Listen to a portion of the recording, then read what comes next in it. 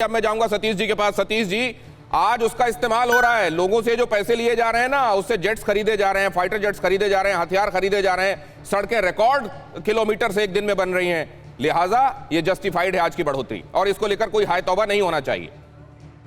नहीं गौतम जी, अभी शिवम जी कह रहे थे रक्षा बजट को लेकर के सरकार कितनी चिंतित है। रक्षा बजट के दौरान बजट के आम बजट के दौरान रक्षा बजट के आंकड़ों को लेकर के सरकार के पास कोई आंकड़े नहीं है। राजनाथ सिंह जी को बाकायदा बाद में ये कहना पड़ता है कि रक्षा बजट के बारे में मैं आंकड़े रखूंगा, तो ये तो सरकार की तैयारी है। रही अगर आप ये कहें कि एक तरफ आप ये दावा कर रहे हैं कि महामारी काल है, अगर महामारी काल है तो पेट्रोल के सबसे कम प्राइस महामारी काल में आए हैं ना।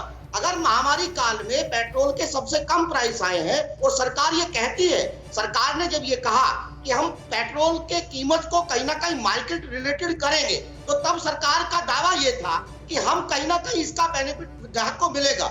लेकिन अगर कोरोना काल में जो क्रूड ऑयल है उसका पैसा बहुत कम मिल रहा है, तो जनता को उसका बेनिफिट नहीं मिला ना। मैं आऊंगा मैं आपके पास शिवम।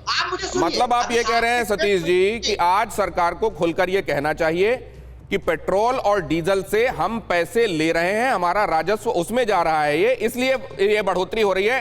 तेल कंपनियों पर ये नहीं डाल देना चाहिए इल्जाम, आप ये कह रहे हैं। जरा गोपाल जी के पास मैं जाऊंगा, क्या स्टेटमेंट ऐसा होना चाहिए, लेकिन उससे पहले केंद्रीय मंत्री रविशंकर प्रसाद की सफाई इस पर क्या आई है। पेट्रोल डीजल की कीमत कई बार गिरी भी है, उन्होंने कहा है कई बार गिरी भी है। कांग्रेस पार्टी पर रविशंकर प्रसाद का हमला, दिक्कत है तो कांग्रेस राज्य में कम कर दे दाम, जिन राज्यों में कांग्रेस की सरकार है वहां दाम कम कर दिया जाए। अभय दुबे जी।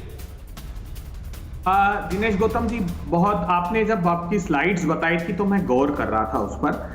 राज्यों का जो हिस्सा है, जो बेस प्राइस आपने बताया था 31 रुपए 82 पैसे पेट्रोल पर था, जिसमें केंद्र सरकार का जो एक्साइज था, सेंट्रल एक्साइज, वो 32 रुपए 90 पैसे था। वहां पर 20 रुपए राज्य सरकारों का हिस्सा था और डीजल में मात्र 11 रुपए। मतलब आप 100% तक बढ़ा दो। आप जो सेंट्रल रेवेन्यू शेयर का है, सेंट्रल स्पॉन्सर्ड स्कीम का है, वो भी पैसा राज्यों को पूरा नहीं दो। भाजपा शासित राज्य ही आपके दरवाजे पर जाकर दस्तक दे रहे हैं कि साहब पैसा तो पूरा दे दीजिए। मैं बात ये रखना चाहता हूं, अभी हमारे कोई पैनलिस्ट कह रहे थे साहब ये आपके parliamentary standing committee on estimate on defence, दोनों ने कहा कि आजाद भारत के इतिहास में 58 साल बाद ऐसा हुआ कि मोदी सरकार ने डिफेंस के बजट में इतनी बड़ी कटौती की। अभी जो हमारे साथी कह रहे थे, अभी तो अनाउंस तक नहीं किया।